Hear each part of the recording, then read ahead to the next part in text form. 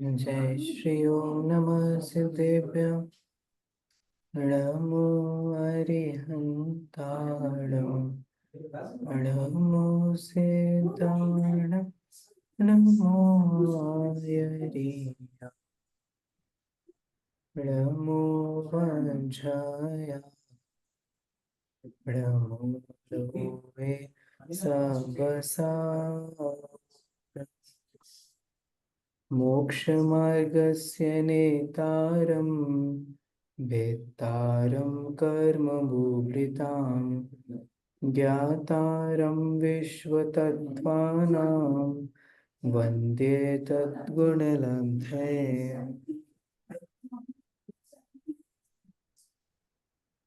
आप लोगों का स्वागत है। बहुत बहुत धन्यवाद आज की कक्षा में पधारने के लिए। हम पांडुलिपि विज्ञान की चर्चा करने के लिए उपस्थित हुए हैं। चलिए, चूंकि अब आप सब लोग आ चुके हैं तो हम कक्षा शुरू करते हैं। आपके फर्स्ट यूनिट में पांडुलिपि विज्ञान का महत्व और पांडुलिपि का महत्व, ये एक टॉपिक है। आइए आज अपन उसको कवर करते हैं, है ना। और फिर उसके बाद हम जो आपको सामान्य पांडुलिपि विज्ञान करके जो बुक बताई थी उसको आप लोग रिफर कर सकते हैं। हम उसी में से पढ़ेंगे। वो अच्छा मटेरियल है और आपको इजीली अवेलेबल हो जाएगी, इसीलिए अपन उसमें से पढ़ेंगे। पूजा जी, आपने ऑर्डर कर दी है? बात हो गई आपकी उनसे? मैंने उनको पूछा था, उन्होंने ना कुछ रेट डाला ही नहीं है। आज वापस उनको मैसेज किया है। उनका जैसे मैसेज रिसीव होता है तो मैंने सबको दे देना है नंबर। किसका नंबर? क्या देना था उनको आपको? आपका नंबर सर, जो आपने नंबर दिया वही नंबर पे उनको कांटेक्ट करो बोले उन्होंने, लेकिन फोन कोई ना करेगा, सिर्फ मैसेज ही करो बोल रहे। आपने मैसेज किया था? हाँ सर, तो मैंने उनको बोला भी कि रेट और ये सब बोल दो, यानी कैसे एक ही बार मैं ग्रुप में सबको डाल दूंगी। तो उनका रेट का कुछ रिप्लाई नहीं आया। अच्छा, बीच में वो, अच्छा हाँ, आपकी तो काफी दिन पहले बात हुई थी। एक बार उनको आप रिमाइंड करा दीजिए, हो सकता है भूल गए हो। हाँ सर, क्योंकि ना फिर वापस सब उनको रेट पूछेंगे, इसलिए मैंने सोचा कि एक बार का मैं ही सब क्लियर कर दूं तो सबको डाल दूंगी। बराबर बराबर। हाँ, तो मैं उनको रिप्लाई करके देती हूँ एक बार की।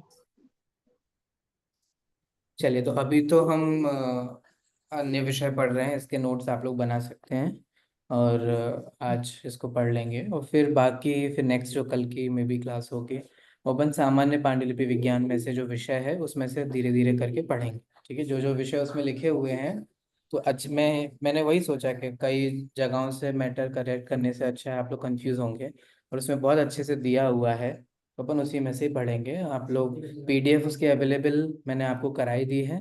अगर आपको हार्ड कॉपी चाहिए हो तो पूजा जी कोशिश कर रहे हैं, मैंने उनको नंबर दे दिया है।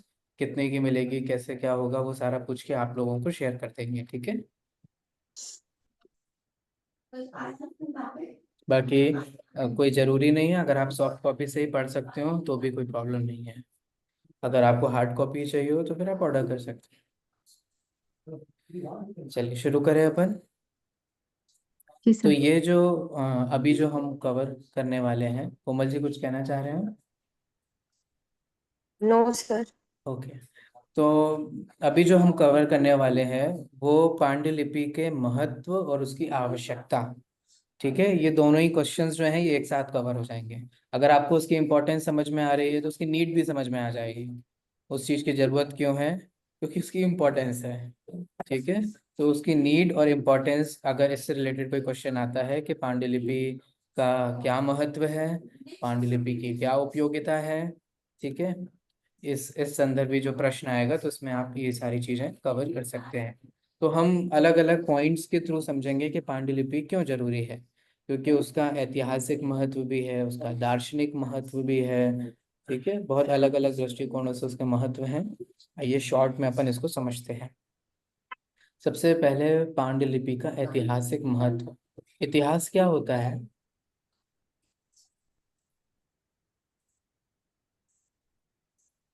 हिस्ट्री जो बीत चुका हो उसे हम हम्म, पढ़ते हैं।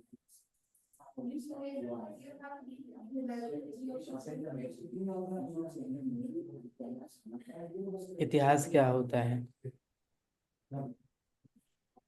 जो घटना घट चुकी हो। हम्म। भूतकाल। घटी हुई घटनाओं का संग्रह।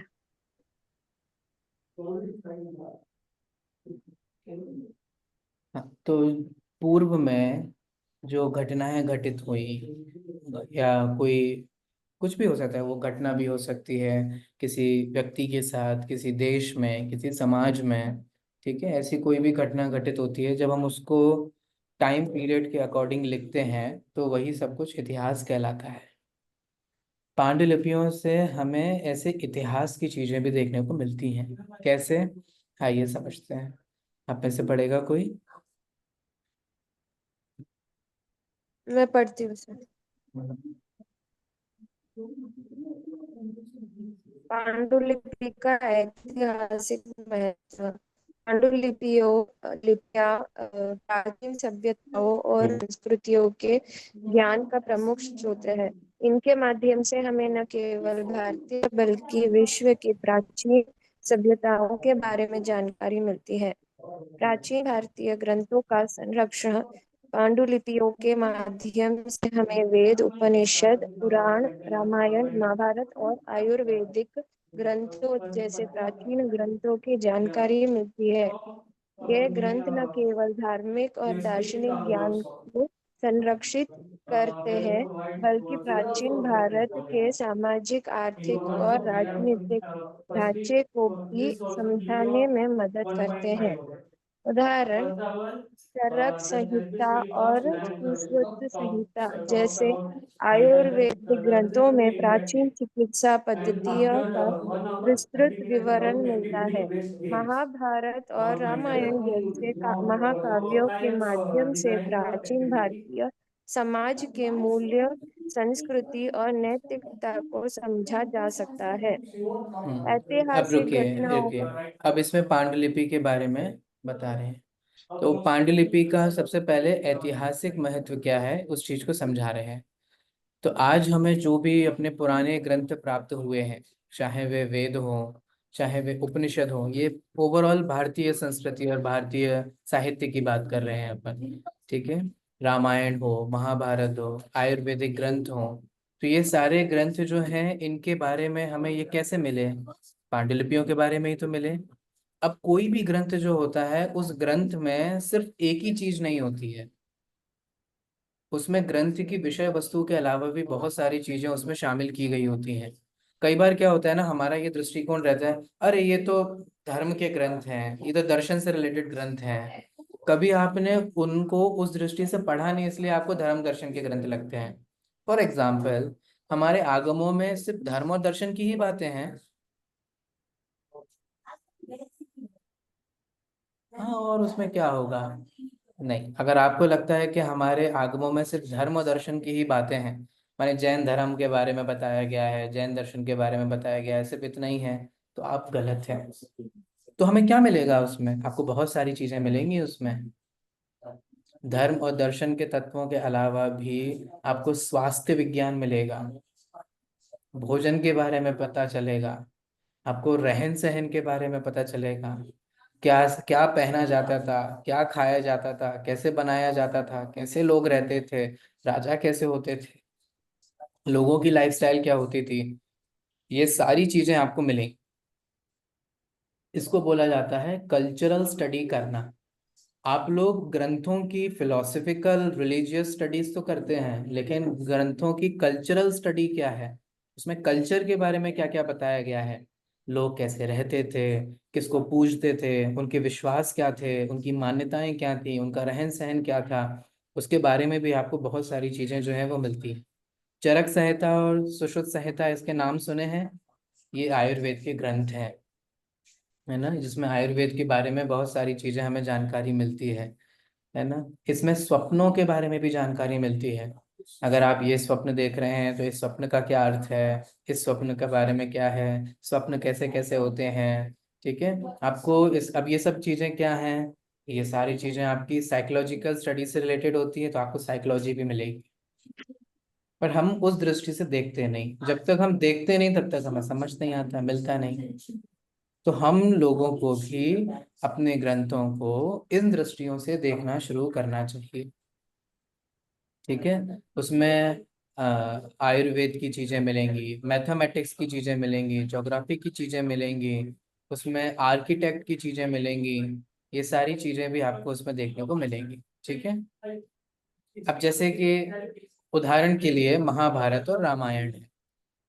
तो रामायण और महाभारत में जो कहानी चलती है, उन कहानी के पात्रों में वो क्या क्या कर रहे हैं, तो उन पात्रों से हमें ये समझ में आता है ना कि उस समय के लोग क्या करते थे, उनकी संस्कृति क्या थी, उनकी नैतिकता क्या थी, वो कैसे रहन सहन में करते थे, क्या कैसे जीवन जीते थे। तो हमें ये सारी जानकारियां भी इतिहास संबंधी उनके माध्यम से मिलती हैं। ठीक है, ख्याल में आया होगा। चलिए, मैं आप लोगों से थोड़ा इसलिए भी पढ़वा लेता हूँ क्योंकि अभी जस्ट मेरी से पहले भी क्लास रहती है, तो कंटिन्यू बोलने से मेरे को यहाँ दर्द होना शुरू हो गया बहुत। तो थोड़ा सा इनमें आराम मिले, इसलिए भी मैं आप लोगों की मदद लेता हूँ। तो आप लोगों का भी धन्यवाद। आप लोग पढ़ते हैं तो मुझे थोड़ा सा आराम मिल जाता है, बाकी वरना इसमें दर्द होना शुरू हो गया है मेरे। चलिए, नेक्स्ट पॉइंट पढ़िए। ऐतिहासिक घटनाओं का दस्तावेजीकरण। माने पांडुलिपियां डॉक्यूमेंटेशन ऐतिहासिक होता है, जो भी हिस्टोरिकल इंस्टेंसेस हुए हैं, घटनाएं हुए हैं, हमें उसके डॉक्यूमेंटेशन मिल जाता है, लिखा हुआ मिल जाता है। तो लिखने से क्या हो जाता है, उसकी वैलिडिटी बढ़ जाती है। एक होती है किंवदंतियां, सुना है ना कभी आपने? हाँ सर, जनरल लॉजिक पेपर। क्या होता है, दो चार भूत किंवदंतियां की बताओ। कहानियां, कहानियां जो अ, बोली जाती है, मतलब इमेजिनरी स्टोरीज। इमेजिनरी, उसको तो हम काल्पनिक कथाएं कहेंगे, उसको फिर हम किंवदंतियां क्यों कहेंगे? किंवदंती क्या होता है, ये सब जो पता होना चाहिए अब बोल आप लोगों बोल को। नहीं, आपने बोला था जो बोल बोल के कहानियां ऐसे ही प्रचलित होती है, वो वाली। हम्म, अच्छा, बहुत नजदीक थे आप। किंवदंती, किंवदंती का मतलब ये होता है, किम माने किसने, वदंती मैंने कहा है, किसने कहा है इसका कोई आधार नहीं है, बस कहा है, चल रहा है। हाँ, अनोनिमस। ख्याल में आया?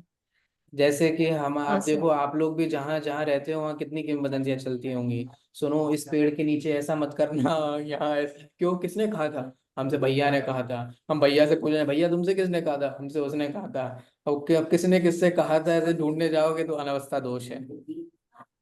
बस चल रही हैं, चल रही हैं तो चल रही हैं, ऐसी बहुत सारी किंवदंतियां भी होती हैं। ठीक है, ख्याल में आया है? तो बहुत सारी किंवदंतियां होती हैं, बहुत सारी चीजों के हमें दस्तावेज मिल जाते हैं, तो उससे क्या होता है ना, उससे उसकी वैलिडेशन बढ़ जाती है। ठीक है, उन्होंने ऐसा किया था, उन्होंने ये किया था, उन्होंने वो किया था, ऐसी बहुत सारी किंवदंतियां चलती रहती हैं। ठीक है, लेकिन हमें उसके बारे में आधार नहीं मिल पाता है। तो वो किंवदंतियां भी होती हैं, लेकिन वो काल्पनिक नहीं होती। ठीक है, काल्पनिक तो अलग चीज होती है। तो इसमें ऐतिहासिक घटनाओं का दस्तावेजीकरण हो जाता है, डॉक्यूमेंटेशन हो जाती है कि कोई घटना घटी थी, उस घटना के बारे में हमें वो मिलता है। ठीक है, जैसे अपन उस दिन बात कर रहे थे ना हरिभद्र सूरी जी की। अब हरिभद्र सूरी जी की साथ ये हुआ था, कहाँ देखने को मिलता है? तो वो डॉक्यूमेंट है, हमें उस ग्रंथ में देखने को मिलता है, तो उससे प्रमाणिकता हो गई। वरना तो बहुत सारी कहानियां बहुत सारे आचार्यों के साथ चल रही हैं, जिसका सोर्स ढूंढने जाओगे तो मिलेगा नहीं। किंवदंती है, बस ऐसा हुआ था, ऐसा हुआ था, किसने कहा, किसने देखा, पता नहीं। ठीक है, तो इस तरीके से तो बहुत सारी घटनाओं का दस्तावेजीकरण भी हो जाता है, इसके माध्यम से हमें उनके बारे में जानकारी मिलती है। देखिए और बताते हैं क्या क्या मिलता है हमें। पांडुलिपियां ऐतिहासिक घटनाओं, राजाओं के शासनकाल, युद्धों और सामाजिक परिवर्तनों को दर्ज करती हैं। इनके माध्यम से हम प्राचीन काल के इतिहास को पुनर्निर्मित कर सकते हैं। उदाहरण, कल्हण के राजतरंगिणी कश्मीर के इतिहास को समझने का एक महत्वपूर्ण स्रोत है। ठीक है, सांस्कृतिक रुकिए, विरासत। ये सुना है, ग्रंथ का नाम सुना है आपने? मैंने नो सर। जानबूझ के इसमें ऐसे ऐसे ग्रंथ लिए हैं जो आपने नहीं सुने, एटलीस्ट सुन तो लें इस कक्षा के माध्यम से। भारतीय साहित्य में कौन कौन से महत्वपूर्ण प्राकृत के, संस्कृत के ग्रंथ हुए हैं वो हमें पता होने चाहिए, ठीक है। इसीलिए जानबूझ के मैंने इसमें वैरायटीज ऑफ टेक्स्ट लेने की कोशिश की है। जैसे कि कल्हड़ की राजतरंगिणी, ये एक ग्रंथ का नाम है। कल्हड़ लेखक का नाम है, राजतरंगिणी उनके ग्रंथ का नाम। अब इस राजतरंगिणी को जब आप देखेंगे तो हमें इसे कश्मीर की हिस्ट्री के बारे में बहुत कुछ पता चलता है, ठीक है। कश्मीर में उस समय क्या क्या हुआ था, क्या क्या नहीं हुआ था। अब जिस समय के वो पोइट होते हैं उस समय, आपने ये तो सुना होगा ना, साहित्य समाज का दर्पण होता है। ये बहुत फेमस लाइन है, बहुत जगह लिखी हुई, पढ़ी हुई, आपने देखी होगी, है ना। क्या मतलब होता है साहित्य समाज का दर्पण होता है? इस लाइन से क्या समझ में आया आपको? क्या क्या इसका मतलब क्या होता है? सर, साहित्य समाज का दर्शन होता है, यानी जब भी साहित्य कुछ लिखा जाता है तो कुछ भी, तो उसमें वो आ जाता है जब वो करंट में क्या थे।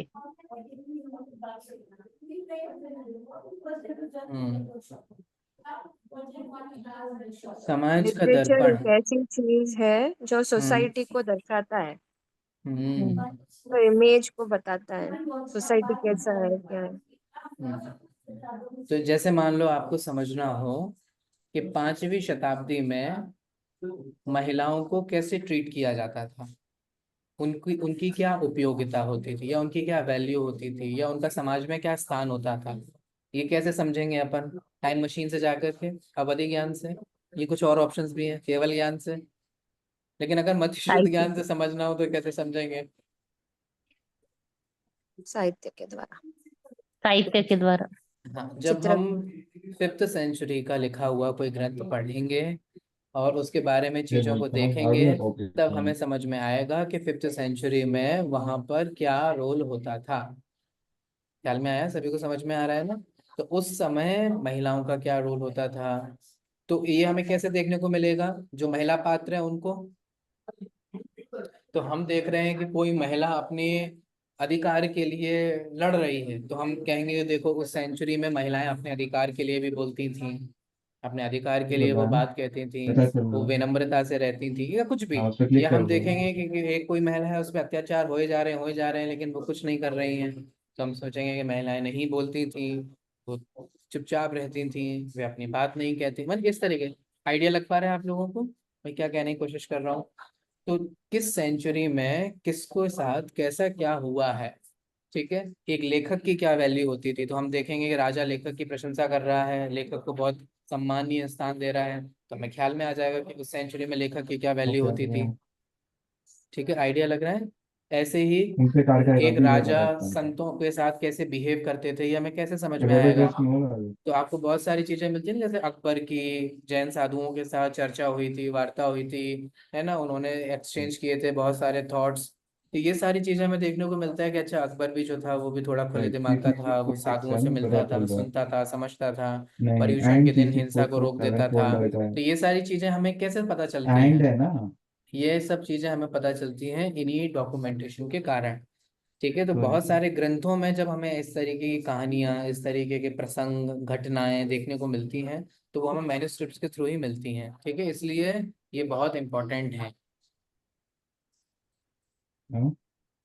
ठीक है। अंतिम पॉइंट भी पढ़ लीजिए।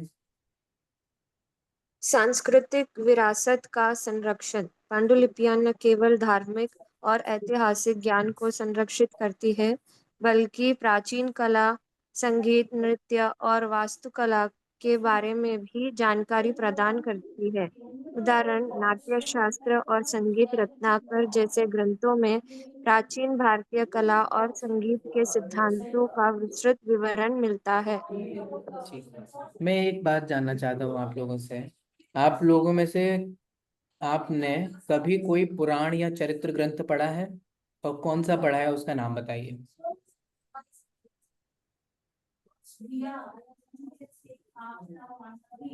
कैसे पता चला? तीर्थंकर वीडियो चारित्र पढ़ा है सर। हम्म। तीर्थंकर चारित्र पढ़ा है।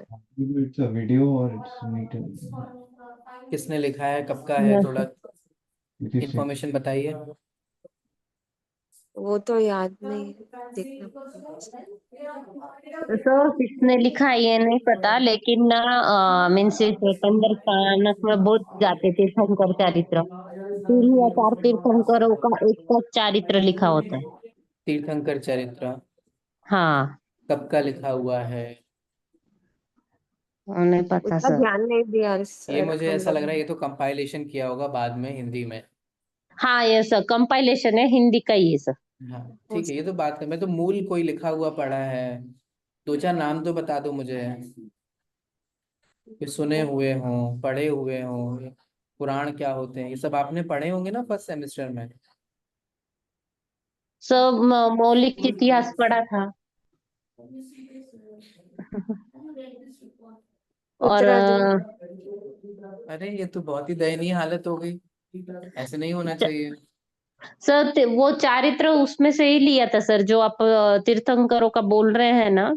चलो मैं आप लोगों को एक होमवर्क देता हूँ, ये मैंने खतरनाक स्थिति है, आप लोग पास होने वाले हो और आपको आइडिया ही नहीं है कौन कौन से पुराण ग्रंथ हैं और चरित्र ग्रंथ हैं। एटलीस्ट पुराण एक का एक दो, एक के नाम बोला मैंने, एक दो के नाम तो सर बताओ। रामायण पढ़ा है सर। किसने लिखा? सब मेरे पास, मैंने आपको भी मालूम है, परमागम में बुक आई थी रामायण की, वो पढ़ी सब मैंने, क्योंकि उस पर मेरी एग्जाम थी। वो तो शुद्धात्मा प्रभा भारती जी की है। हाँ। तो पुराण में ही है ना अच्छा सर। चलो, वो पढ़ी ना आपने, वो किसके आधार से लिखी है वो बता दो, चलो मेरा काम हो जाएगा। जैन राम। नहीं नहीं, पद्म पुराण का है उसमें। हम्म। धन्यवाद, जय हो जय हो जय हो। चलो पूजा जी ने सॉरी बताया। सर, गलत कर रही है ना। नहीं नहीं, सही बताया, पद्म हाँ, पुराण। पद्म पुराण। ठीक है, जैसे पद्म पुराण एक संस्कृत का लिखा हुआ पुराण है, ये थोड़ा पता होना चाहिए।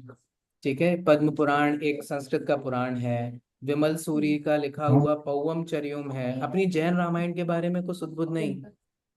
है तो सर। वो मैं पढ़े हैं, लेकिन वो सर हमारे शताब्दी। महाराष्ट्र ने मीन्स जो कंपाइल किया वही पढ़े सर।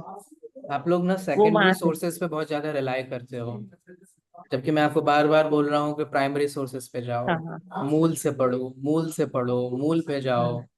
ठीक है, और मूल पे हमें पता ही नहीं है कि भी हम खूब सारी कहानी नाम बता रहे हैं ग्रंथों के, ऐसे नहीं आप लोग गलत पढ़ा रहे हैं या आपने पढ़ा नहीं है, बट हम लोग सेकेंडरी सोर्सेज पे बहुत ज्यादा रिलाई करते हैं। ठीक है, वो कहाँ से लिखा गया है, किस आधार से लिखा गया है, और मजेदार चर्चा है ये सब, कभी डूबो, इस कार्टूनिक पे भी एंड रिसर्च होती है, पता है जैन रामायण के बारे में कितनी कितनी क्या क्या चीजें हैं, कभी पढ़ोगे तो पता चलेगा। कितने सारी वेरिएशंस है जैन रामायण, वाल्मीकि रामायण से प्रभावित है कि नहीं है, या जैन रामायण ने अन्य रामायण को प्रभावित किया। तुलसीदास जी की रामायण के बारे में जानते हैं आप लोग? बहुत नहीं फेमस है सर। तुलसीदास जी की हाँ, ये रामचरितमानस। सर पता है। ना रामचरितमानस ये हिंदी में हाँ, पढ़ाया भी जाता है, रामचरितमानस है उनका। पढ़ाया भी जाता है, बहुत आस्था का विषय भी है। हम्म। अब जैन रामायण का तुलसीदास जी ने जो रामचरितमानस लिखी है उस पर प्रभाव, उसका इम्पैक्ट है। बहुत सारी चीजें ऐसी हैं जो जैन रामायण की हैं और तुलसीदास जी ने उनको अडेप्ट की है। सब शोध के विषय हैं, आप लोग शोधकर्ता बन रहे हैं, है ना, इसीलिए मैं आपको ये सब चीजें थोड़ी बता रहा हूँ। तो पौवम चर्यो ये अपनी जैन रामायण है, बहुत प्राचीन पद्म चरित्र। ठीक है, पद्म राजा राम को इनको पद्म के रूप में कह करके इनका चरित्र लिखा है, ये प्राकृत में है। ठीक है, संस्कृत में रविशेन आचार्य ने पद्म पुराण लिखा है, अपभ्रंश में स्वयंभू कवि ने पौवम चर्यो लिखा है। ठीक है, वसुदेव हिंडी लिखा है, हरिभद्र सूरी ने, हेमचंद्र आचार्य ने त्रिषष्टि शलाका पुरुष में लिखा है, अपने अन्य योग के ग्रंथ में एक वृत्ति में लिखा है। कितनी सारी चीजें हैं पढ़ने को देखने को, और इन सब में बहुत बहुत सिमिलैरिटीज भी हैं और डिफरेंसेस भी हैं, जब शोध के विषय हैं। ठीक है, जैन रामायण पर भी एक बहुत अच्छी शोध हो सकती है अगर आप लोग अच्छे से पढ़ करके करना चाहें तो। चलो, अब आप लोगों ने पढ़ा नहीं तो मैं आपको एक रिक्वेस्ट करूंगा कि कोई भी पुराण ग्रंथ देखिए, चरित्र ग्रंथ देखिए, कोई भी। ठीक है, जो आपको मिले, इजीली अवेलेबल हो जाए, जो आपकी रुचि का विषय मिक्स हो। वाला। ठीक है, जो आपको मिल सके, जो आप पढ़ सकें, बट वो थोड़ा पुराना नॉर्मल होना क्वेश्चन चाहिए। तो मुझे पुराने से बहुत मतलब बताना है है। कि वही देखो हम 10th सेंचुरी, प्राइमरी। है ना, 10th सेंचुरी, 15th सेंचुरी से हम्म। पहले का होना चाहिए। 15 तक ले सकते हैं, 15वीं हाँ शताब्दी से बता पहले ठीक तक है। का कोई भी पढ़ लीजिए, चरित्र ग्रंथ, संस्कृत में हो, अपभ्रंश में हो, प्राकृत में हो। नंबर है अब थ्री मैं ये थ्री। क्यों कह रहा हूँ इतनी सारी, अब आप लोगों ने पढ़े नहीं ना, तो आप लोग समझोगे नहीं अभी। जब आप लोग वो सब पढ़ोगे ना, और एक एक चीज का वहां वर्णन आता है, तो सिर्फ राम की कहानी नहीं चल रही है। राम की नहीं। कहानी के साथ साथ कौन कौन सी कलाएं होती हैं। तो जब सीता जी का वर्णन चलेगा, सीता जी ड्रेस पहन रही हैं, तो उसका वर्णन चलेगा, तो हमें ये समझ में आएगा कि वहां के लोग उस समय कैसे कपड़े पहनते थे। एक राजा वर्ग क्या पहनता था, एक समृद्ध व्यक्ति क्या कपड़े पहनते थे, एक प्रजा के जन क्या कपड़े पहनते थे, है ना। उत्सव हो रहे हैं, फेस्टिवल्स मनाए जा रहे हैं, कैसे मनाए जा रहे हैं, जब उनका वर्णन किया जाता है ना, तो हमें समझ में आता है कि उस समय पे ये त्योहार ऐसे मनाया जाता था। ख्याल में आ रहा है, सभी को समझ में आ रहा है। ऐसे ही नृत्यों का, कलाओं का, लोग कौन कौन सी कला करते थे, कौन कौन सी कला के धारण होकर के वे व्यापार करते थे, कौन कौन से बिजनेस करते थे, कैसे कैसे पैसा कमाते थे। ठीक है, तो वो सारी चीजें आपको मिलेंगी। वास्तुकला के बारे में, घर बनता है तो कैसे बनता है, महल बनेगा तो कैसे बनेगा, कौन कौन सी चीजें उसमें ध्यान रखी जाती हैं। ये सब थोड़ा सा जो आर्किटेक्ट का पार्ट होता है, आर्कियोलॉजिकली चीजें होती हैं, वो सब चीजें भी उसमें बताई जाती हैं। ये सब भरा पड़ा है अपने ये है ग्रंथ ना में, देख। अगर हाँ, आप इन दृष्टि से देखो तो। ये है। सब वो राम ये कहानी इसमें में भी वैसे ही था। टू जीरो वो जब फोर जनक का हाँ चरित्र ये आता था वाला तो वो बता बहुत पीछे पीछे चले जाते थे, ऐसा हुआ था, फिर इनके साथ ऐसा हुआ था, फिर वापस आते प्रेजेंट में। वो जो देखो, पद्म पुराण के आधार से जो जैन रामायण उन्होंने लिखी है, ठीक है, हाँ। उन्होंने पद्म पुराण के पता है कितने वॉल्यूम्स हैं? 3 वॉल्यूम्स हैं, 3 मोटे मोटे वॉल्यूम्स। उन हाँ तीन तो मोटे मोटे वॉल्यूम्स को उन्होंने इतनी कहाँ पतली है किसी किताब में बनाया है। हाँ, इतनी थी मेरे पास। मैंने दोनों ही पढ़ा है ना, इसलिए जानता हूँ। हाँ, ठीक राम है, कहानी थी मेरे पास। राम, हाँ, राम कहानी वो मैंने देखी हुई है। तो अब हाँ। सोचिए, जो इतनी मोटे मोटे 3 वॉल्यूम्स में थे, ठीक है, तो उसमें कितनी सारी चीजें भरी पड़ी होंगी, क्या क्या नहीं होगा उसमें। ठीक है, तो बहुत सारी चीजें हमें इसके थ्रू देखने को मिलती हैं। ठीक है, मैं ग्रंथ पे बता रहा हूँ और ग्रंथ की पांडुलिपि पे आप समझ लीजिएगा। ठीक है, चलिए आगे। सांस्कृतिक महत्व, इसी की अपन चर्चा कर रहे थे। देखिए, पढ़ते हैं।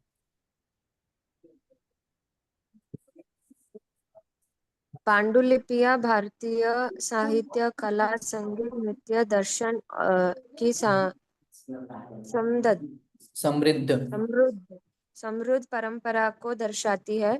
यह न केवल ज्ञान का भंडार है, बल्कि सांस्कृतिक पहचान को भी बनाए रखने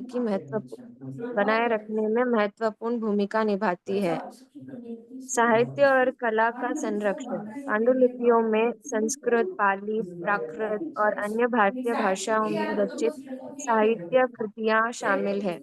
ये कृतियां प्राचीन प्राचीन कवियों, लेखकों और विद्वानों की रचनात्मकता को प्रदर्शित करती है। उदाहरण, कालिदास के अभिज्ञान शकुंतलम और शाकुंतलम। भास शाकुंतलम और बास के नाटकों की पांडुलिपियां प्राचीन भारतीय साहित्य को उत्कृष्टता को दर्शाती है। सुना है ये कभी आपने? भास कौन है? कालिदास, कालिदास तो सुना होगा एटलीस्ट। कालिदास हाँ, कालिदास होना है सर। हाँ, It's कालिदास just तो so सुना it's been होगा। taking time यार, ये तो चलिए, प्रॉब्लम है। कालिदास ने ठीक है, let me try over there for a बहुत सारे second। ग्रंथ लिखे ठीक है। हैं, लेकिन 7 और ग्रंथ जो तुम हैं वो निर्विवाद माने जाते हैं। उसमें से जरा अभिज्ञान शाकुंतल ये एक ग्रंथ है, मैंने पढ़ा है, हमारे कोर्स में था। हमने उनका मेघदूत भी पढ़ा है। ठीक है, उनका रघुवंशम भी पढ़ा है। ठीक है, उनका अभिज्ञान शाकुंतलम भी पढ़ा है। ये संस्कृत के बहुत जी हम चिंता अच्छे करो। काव्य हैं, नाटक हैं। अभिज्ञान शाकुंतलम पे तो मूवी भी बनी है। ठीक है, अभिज्ञान शाकुंतलम नाम से ही। ठीक है, तो अभिज्ञान शाकुंतलम जो है वो मैंने मूवी तो नहीं देखी, बट बनी है बीच में, ऐसा देखने में आया था। तो कालिदास ने जो अभिज्ञान शाकुंतलम लिखा, तो ये जो इतने ग्रंथ लिखे, रघुवंश लिखा, मेघदूत लिखा। अब आप सोचो, मेघदूत का कहानी क्या है? एक आदमी अपने पति पत्नी को याद कर रहा था, राजा की शैया तैयार कर रहा था, और पत्नी की याद में इतना डूबा था कि उसने राजा की 이거 शैया 이거 पे जो उसको 나쁘고. फूल बिछाने थे, उन फूलों के साथ साथ वो कांटे अलग करना छोड़ 어? गया, एक कांटा रह गया। 일단 야, ठीक है। 아저씨가 और जब राजा लेटता है तो उसको कांटा चुभ जाता है, 야, बुलाता है कि ये किसने 옛날에 मेरे 아프고 ये शैया 내가 तैयार करी सोने की। तो वो व्यक्ति बुलाया जाता है, क्यों तुमने ये कैसे रह गया? साहब मुझे अपनी पत्नी की याद आ रही थी। इतनी पत्नी की याद आ रही थी कि तुम ऑफिस में भी अपनी पत्नी की याद में डूबे हुए हो। सोचो कोई एम्प्लॉय ऐसा हो। तो वो कहता है कि वो अपनी पत्नी से उसको बहुत दूर भिजवा देता है, तो उसको पत्नी का वियोग हो जाता है। अब उसको पत्नी माने बहुत अलग छुड़वा देता है बंद। तो फिर वो अब मेघ को अपना दूत बनाता है अपनी पत्नी के पास मैसेज भेजने के लिए। उस ग्रंथ का नाम है मेघदूत। और फिर वो उसको बताता है कि हे मेघ, तुम वहां जाना, वहां जाओगे तो तुम्हें ये जगह मिलेगी, ये नदियां मिलेंगी, ये पर्वत मिलेंगे, वहां तुम्हें इतना बड़ा वो महल मिलेगा। उस महल से जरा किनारे होकर के 나 जाना, महल से टकरा मत जाना। अब वो 좀 पूरा उस समय का ज्योग्राफिकल 알건데 बहुत अच्छा ग्रंथ है, जिसमें 너무 पूरी ज्योग्राफी बताई गई है इसके थ्रू। 이 거리 개념이나 कहाँ नदियां हैं, कहाँ नगर है, कौन सा क्या है, ऐसे एक एक सुनो। मेघ, तुम वहां जाओगे तो तुम्हें ये मिलेगा, तुम वहां जाओगे तो तुम्हें नदी मिलेगी, नदी की ये कहानी है, उससे ऐसा करना, सुनो थोड़ा वहां रुक जाना, वहां तुम्हें स्त्रियां ऐसी मिलेंगी वैसी मिलेंगी, उस नगर में ऐसा है वैसा है, और ऐसा कर करके ऐसे करके वो मेघ को दूध बनाता है। ऐसी अभिज्ञान शाकुंतलम की भी कहानी है। मैं कहानियां आपको पूरी सुनाने नहीं बैठूंगा। इसकी भी वो पूरी कहानी है कि वो राजा मिलते हैं, उसकी अंगूठी, वो सब है कहानी। अब आपको क्या क्या बताऊं। तो अभिज्ञान शाकुंतलम भी बहुत अच्छी कहानी है, उसमें वो बहुत सी सब चीजें हैं, भास के नाटक हैं, तो उससे सब कुछ हमें उस समय की संस्कृति के बारे में पता चलता है। ठीक है। अगला पॉइंट। अब आप लोग पढ़ोगे तो आपको समझ में आएगा, मैं बताऊंगा तो आपको बोरिंग ही लगेगा, लेकिन आप जब खुद से पढ़ोगे ना तो आपको बहुत इंटरेस्ट आएगा। हाँ, ये 2 पॉइंट और पढ़ लीजिए, समय भी अपना हो गया है, फिर अपन रहने देते हैं, पढ़िए। धार्मिक और दार्शनिक मूल्यों का संकलन। पांडुलिपियां हम्म। में वेद, उपनिषद, गीता और पुराण जैसे धार्मिक ग्रंथों के साथ साथ बौद्ध और जैन दर्शन के संबंधित ग्रंथ भी शामिल है। ये ग्रंथ समाज के नैतिक और आध्यात्मिक मूल्यों को प्रभावित करते हैं। उदाहरण, उपनिषदों में वर्णित आत्मज्ञान और मोक्ष की अवधारणाएं आज भी प्रासंगिक है। सामाजिक मूल्यों का प्रतिबिंब। पांडुलिपियां प्राचीन समाज के रीति रिवाजों, परंपराओं और सामाजिक संरचना को समझाने में मदद करती है। इनमें वर्णित कथाएं और उपदेश समाज को नैतिक और सामाजिक दिशा प्रदान करते हैं। उदाहरण, पंचतंत्र पंचतंत्र पंचतंत्र। की कहानियां नैतिक शिक्षा और सामाजिक व्यवहार को समझाने में मदद करती है। पंचतंत्र की कहानियां सुनी है, पढ़ी है आप लोगों ने? हम्म। अपने बच्चों को तो यस। पढ़ाई हम्म। होंगी। हाँ सर, है। दुनिया सिक्स। की वो किताब जिसका सबसे ज्यादा हाईएस्ट ट्रांसलेशन हुआ है, वो कौन सी है? पंचतंत्र। पंच। पंचतंत्र सबसे ज्यादा भाषाओं में ट्रांसलेटेड ग्रंथ है। क्या है पंचतंत्र की बेसिक कहानी? एक राजा के मॉरल। 2 बेटे होते हैं। हम्म। वे दोनों बेटे बहुत मूर्ख होते हैं। राजा ये सबको बताता है, घोषणा करवाता है कि जो मेरे मूर्ख बेटों को ज्ञानी बना देगा, ठीक है, उसको मैं इनाम दूंगा। तो इसलिए वो अपने मूर्ख बच्चों को ज्ञानी बनाने के लिए एक व्यक्ति को बुलाता है, और वो व्यक्ति उनके बच्चों को, मूर्ख बच्चों को कहानियों के माध्यम से दुनिया के बारे में सीख देते हैं। और ये क्या है, इसी में ही पंचतंत्र की कहानियां हैं वो शामिल हैं। तो इसमें बहुत सारी चीजें समझने को मिलती हैं, नैतिकता समझ में आती है, समाज में कैसे व्यवहार किया जाता है वो समझ में आता है। ठीक है, बाकी आप लोगों ने पढ़ा ही होगा तो आप जानते ही हैं कि उन कहानियों से क्या क्या चीजें समझ में आती हैं।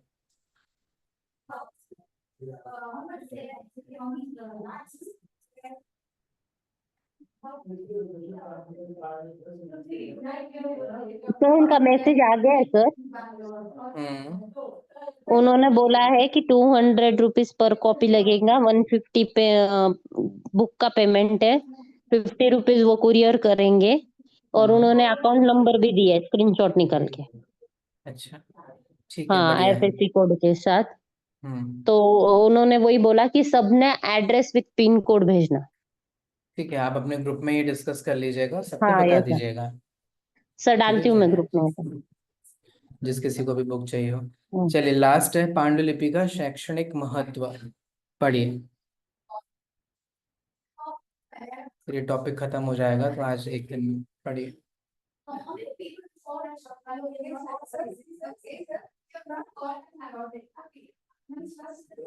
पांडुलिपि का शोधकर्ताओं और विद्यार्थियों के लिए महत्वपूर्ण सूत्र है। इनके अध्ययन से प्राचीन ज्ञान, विज्ञान, भाषा और साहित्य के विकास को समझा जा सकता है। शोध के लिए आधार। पांडुलिपियां शोधकर्ताओं के लिए प्राथमिक काम करती है। इनके माध्यम से प्राचीन विज्ञान, गणित, खगोल खगोल शास्त्र। शास्त्र, चिकित्सा और दर्शन के बारे में जानकारी प्राप्त की जा सकती है। उदाहरण, आर्यभट्ट की आर्यभट्टी, वो थोड़ा क्लियर नहीं है। और भास्कराचार्य की सिद्धांत शिरोमणि जैसे ग्रंथों के माध्यम से प्राचीन भारतीय गणित और खगोल शास्त्र के उन्नति को जा सकता है। भाषा मैथमेटिक्स को, और ज्योग्राफी को, ठीक है, ये सब चीज़ों को भी आप समझ सकते हो। ऐसी जैन मैथमेटिक्स, जैन ज्योग्राफी, ऐसा। भाषा और साहित्य के विकास का अध्ययन। पांडुलिपियों के माध्यम से भाषा के विकास और साहित्यिक शैलियों के परिवर्तन। एक सेकंड।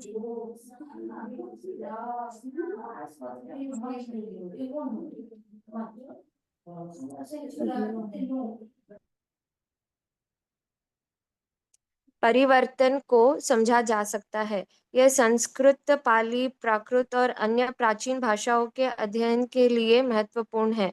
उदाहरण, संस्कृत व्याकरण के अध्ययन के लिए पाणिनि पाणिनि की अष्टाध्यायी एक मूलभूत ग्रंथ है। पाणिनि का अष्टाध्यायी। अष्टाध्यायी, ठीक है, जो अभी जो संस्कृत चलती है उसमें पाणिनि के अष्टाध्यायी से चलती है। जैसे पाणिनि ने अष्टाध्यायी लिखी, ऐसे ही आप जानते हैं कि जैन आचार्यों ने भी संस्कृत के व्याकरण के ग्रंथ लिखे हैं। हाँ, शब्द है मनुशासन। उसमें क्या, किसका व्याकरण है? संस्कृत के ग्रामर का ही है। हम्म, और हेमचंद्र आचार्य जी ने। प्राकृत का भी ना। प्राकृत का। नहीं, और संस्कृत। और अपभ्रंश का भी है। अपभ्रंश। सिद्ध हेम शब्दानुशासन ग्रंथ जो है, उसके पहले चैप्टर से लेके 7वें चैप्टर तक आपको संस्कृत का मिलेगा। 8वां पाद जो है, ठीक है, 8वां अध्याय है, वो जो अलग अलग पादों में डिवाइडेड है, ठीक है, उसमें आपको प्राकृत का मिलेगा, और उसके बाद फिर आपको अपभ्रंश का भी मिलेगा। ठीक है। अब हेमचंद्र आचार्य हुए 11वीं 12वीं शताब्दी में। उससे पहले भी एक संस्कृत का और भी हमें ग्रंथ मिलते हैं। पूज्यपाद आचार्य ने सर्वार्थ सिद्धि जो लिखा ना, उन्होंने जैनेन्द्र व्याकरण करके भी संस्कृत का व्याकरण लिखा 5th सेंचुरी में। ठीक है, ऐसे अपने जैन आचार्यों ने शब्दों के, लैंग्वेज के ऊपर उनके ग्रामर भी लिखे। तो हमारे आचार्य सिर्फ यही नहीं समझना कि जैन दर्शन के बारे में आता था, बेचारे कुछ जानते बानते नहीं थे, ऐसा मत समझना, है ना। उनके ग्रंथों में, उनके ज्ञान में हमें कितनी सारी विविधताएं देखने को मिलती हैं। जब आप इस दृष्टि से सोचोगे तो आपको अपने आचार्यों की महिमा आएगी। चलिए आगे बढ़ते हैं। आधुनिक शिक्षा और शोध को प्रेरणा। पांडुलिपियों में संरक्षित ज्ञान आधुनिक शिक्षा और शोध को नई दिशा प्रदान करता है। इनके अध्ययन से नए शोध क्षेत्रों का विकास होता है और प्राचीन ज्ञान को आधुनिक संदर्भ में लाग लागू। लागू किया जा सकता है। उदाहरण, आयुर्वेद और योग के क्षेत्र में पांडुलिपियों में दी गई दी गई जानकारी। दी गई जानकारी आधुनिक चिकित्सा और स्वास्थ्य विज्ञान के लिए प्रेरणा स्रोत है। देखो, हमारा आयुर्वेद और योग जो हमारे भारत का था, उसका डंका आज पूरा विश्व मानता है कि नहीं मानता है, मानता है सर। आयुर्वेद और योग के बारे में। अब मैं आपसे पूछूं, जैन आयुर्वेद ग्रंथ के बारे में बताना। हैं? ये क्या होता है? जैन आयुर्वेद भी है, ये भी कुछ होता है? कुछ सुध-बुध नहीं है तो पता नहीं कुछ क्या होता है कि नहीं होता है। हमारे आचार्यों ने आयुर्वेद के ग्रंथ भी लिखे हैं, और कोई पढ़ने वाला नहीं। ऐसी बहुत सारी पांडुलिपियां हैं जिन पे अभी काम ही नहीं हुआ है। कौन पढ़े, कौन करे? वही जो दोबारा से हो चुका है, श्रावकाचार का महत्व, अणुव्रतों का महत्व, वही जो जो चल रहा है, बार बार बार बार उसी उसी को करते रहो, है ना? तो अब वो उनको पांडुलिपियों को कौन देखने वाला, कौन करने वाला? तो इस तरीके से जब हमें ऐसी पांडुलिपियां मिलती हैं तो हमें नई नई जानकारियां मिलती हैं, जिससे विश्व लाभान्वित होता है और सब उसकी महिमा मानते हैं। आज आयुर्वेद और योग पूरे विश्व में पहुंचा, तो इसीलिए पहुंचा क्योंकि आयुर्वेद और योग की पांडुलिपियों पे काम हुआ, उन पे क्रिटिकल एडिशंस निकले, फिर उनका ट्रांसलेशन हुआ, और ट्रांसलेशन होकर वो पूरी दुनिया में पहुंचे। अगर हम चुपके चुपके से रहते, काम ही नहीं करते, तो पूरी दुनिया तक पहुंचता? नो। कुछ नहीं पहुंचना। तो इसकी महिमा समझिए, ठीक है? और देखिए अंतिम बिंदु पढ़िए। अंतर्राष्ट्रीय शोध में योगदान। भारतीय पांडुलिपियां न केवल भारत बल्कि विश्व भर के शोधकर्ताओं के लिए महत्वपूर्ण है। इनके माध्यम से प्राचीन भारतीय ज्ञान को वैश,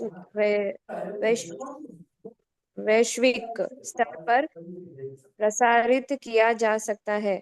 उदाहरण, भारतीय गणित और खगोलशास्त्र के ज्ञान ने अरब और यूरोपियन विद्वानों को प्रभावित किया है। ठीक है, तो बहुत सारी चीजें हैं। इस तरीके से जब आप मैन्युस्क्रिप्ट पर स्टडी करेंगे तो ये सारी चीज़ें आप जान पाएंगे और सारी चीज़ें बता पाएंगे। तो इस तरीके से पांडुलिपि का बहुत महत्व है। उसका ऐतिहासिक महत्व है, उसका सांस्कृतिक महत्व है, और उसका शैक्षणिक महत्व है।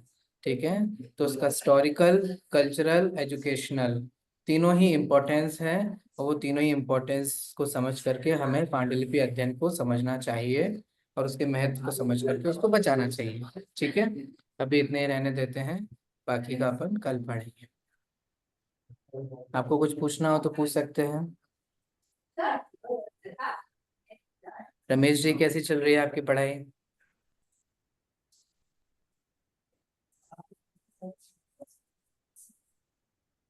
मुझे आवाज नहीं आ रही आपकी।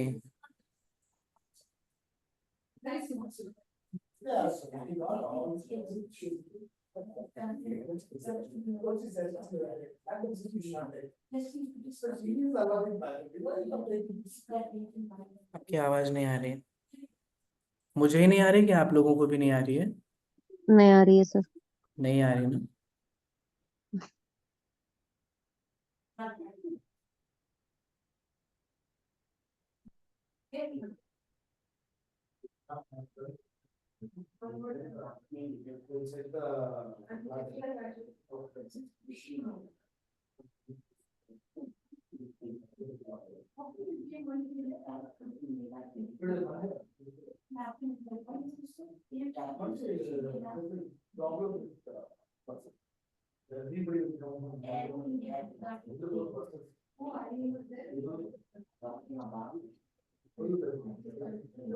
चलिए कोई बात नहीं, अपन बाद में बात कर लेंगे। कुछ शायद कुछ ऑडियो का इशू होगा। आप सब लोग भी अच्छे से तैयारी कीजिएगा, और जिसको बुक चाहिए है वो पूजा जी से मैंने हाँ बात कर सर, मैंने सकते हैं। डाल दिया है ग्रुप में सब। हाँ। उनको 11 बजे से 5 बजे तक ही कांटेक्ट करना है, व्हाट्सएप पे मैसेज करना है। और टोटल 200 रुपीज लगेंगे, और पिन कोड के साथ एड्रेस सेंड करना है उनको। ठीक, चलिए अभी की क्लास को यहीं पर समाप्त करते हैं। Thank you sir. जय जिनेन्द्र सर। सभी को जय जिनेन्द्र।